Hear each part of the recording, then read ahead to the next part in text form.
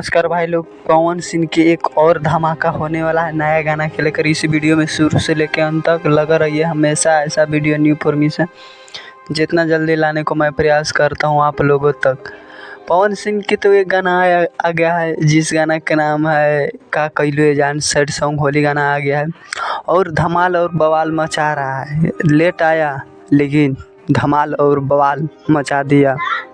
जिस गाना का नाम है का कैलू जान। पवन सिंह के जब गाना आता है तो धमाल और बवाल भोजपुरी इंडस्ट्री में मचा देता है। इसी लोग कहते पावर स्टार पवन सिंह। और बात करें कि दूसरा गाना कब आएगा, तो दूसरा गाना आज शाम तक पोस्टर रिलीज कर दिया जाएगा। और बात करें कि कौन सा चैनल पर आएगा, तो बात करें कि कौन सा चैनल आएगा तो